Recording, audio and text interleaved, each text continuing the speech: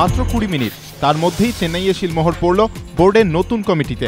বিনা প্রতিদ্বন্দ্বিতায় সভাপতি পদে জয়ী হয়ে বোর্ড রাজনীতিতে তৃতীয় ইনিংস শুরু করলেন নারায়ণস্বামী শ্রীনিবাসন। নিজের অনুগতদেরও কমিটিতে এনেছেন শ্রীনি। সচিব থেকে ফের মনোনীত হয়েছেন বদোদরার সঞ্জয় পটেল। নতুন যুগ্ম সচিব হিমাচলের অনুরাগ ঠাকুর। কোষাধ্যক্ষ নির্বাচিত হয়েছেন হরিয়ানার অনিরুদ্ধ চৌধুরী। পশ্চিমাঞ্চলের নতুন সহসভাপতি হয়েছেন রবি সাওয়ান্ত। পরিবর্তন হয়নি দক্ষিণাঞ্চল ও পূর্বাঞ্চলে, ফলে পুরনো পদেই থেকে যাচ্ছেন শিবলাল যাদব এবং চিত্রক মিত্র। লোকসভা নির্বাচনের কারণে উত্তরাঞ্চল থেকে সরে দাঁড়িয়েছেন অরুণ জেটলি। তার জায়গায় আসছেন দিল্লির স্নেহকুমার বানশাল। মধ্যাঞ্চল থেকে সুবীর দাবিরকে সরিয়ে আনা হয়েছে রাজীব শুক্লকে। তবে সুপ্রিম কোর্টের নির্দেশ, নিরঙ্কুশ সংখ্যাগরিষ্ঠতা পেয়ে জিতলেও মামলা শেষ না হওয়া পর্যন্ত বোর্ডের দায়িত্ব নিতে পারবেন না শ্রীনি।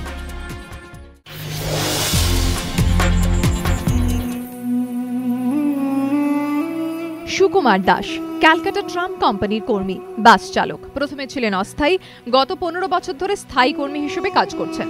8ই নভেম্বর মেয়ের বিয়ে, টাকার দরকার, তাই প্রভিডেন্ট ফান্ড থেকে ঋণের আবেদন জানিয়েছিলেন। কিন্তু দপ্তর থেকে তাঁকে আবেদনের ফর্মও দেওয়া হয়নি বলে অভিযোগ। সাফ জানিয়ে দেওয়া হয়েছে এত ঋণ দেওয়া যাবে না। মাথায় হাত সিটিসির ওই কর্মীর। মেয়ের বিয়ে দিতে পারবেন না সেই চিন্তাতে রাতের ঘুম ওধাও। সিটিসির ম্যানেজিং ডিরেক্টর নীলাঞ্জন শান্ডিল্যর দাবি, সরকারের ঘরে টাকা নেই, তাই এখন ঋণ দেওয়া সম্ভব নয়। কিন্তু সরকারের কোষাগারে কি সত্যিই টাকা নেই? তাহলে ক্লাবগুলিকে কোটি কোটি টাকা অনুদান দেওয়া হচ্ছে কিভাবে? ওয়াকিবহাল মহলের একাংশ বক্তব্য, রাজনীতি বড় বালাই, তাই সাধারণ মানুষের করের টাকাতেই অনুদান রাজনীতি চালিয়ে যাচ্ছে রাজ্য সরকার। লক্ষ্য অনুদানের নামে টাকা দিয়ে ক্লাবগুলিকে হাতে রাখা।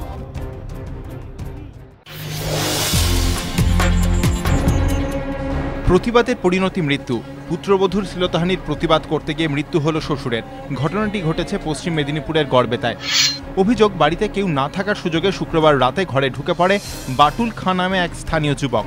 এক গৃহবধূর শ্লীলতাহানি করে বলে অভিযোগ। ঘটনার প্রতিবাদ জানাতে শনিবার সকালে বাটুলের বাড়িতে যান গৃহবধূর স্বামী ও শ্বশুর। অভিযোগ, এরপর তাদের ওপর চড়াও হয় বাটুলের বাড়ির লোকজন। বেধড়ক মারধর করা হয় তাদের। সেই মুহূর্তে প্রাণ বাঁচাতে পালিয়ে যান তারা। আশঙ্কাজনক অবস্থায় ওই মহিলার স্বামী ও শ্বশুর দুজনকেই গড়বেতা হাসপাতালে নিয়ে যাওয়া হয়। চিকিৎসকরা শ্বশুরকে মৃত বলে ঘোষণা করেন। বাটুল সমেত 7 জনের বিরুদ্ধে গড়বেতা থানায় অভিযোগ জানিয়েছে গৃহবধূর পরিবার। পুলিশ জানিয়েছে, অভিযোগের ভিত্তিতে তদন্ত শুরু হয়েছে। অভিযুক্তদের খোঁজে চলছে তল্লাশি।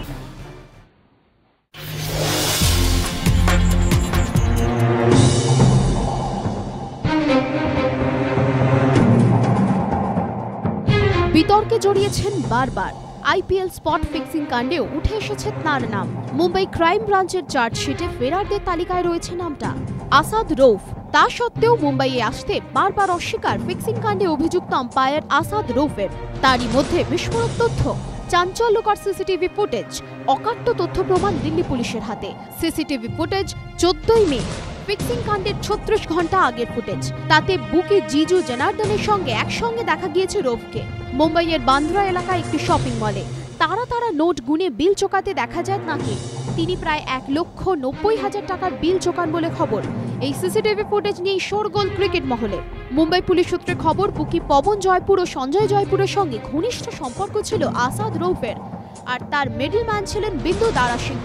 আর এবার জিজু জনার্দনের সঙ্গে ঘনিষ্ঠ যোগ, বারবার বুকি যোগ, অকাট্য প্রমাণ বারবার। প্রশ্ন উঠছে, তাহলে সততাটা কি আসলে রৌফের মুখোশী?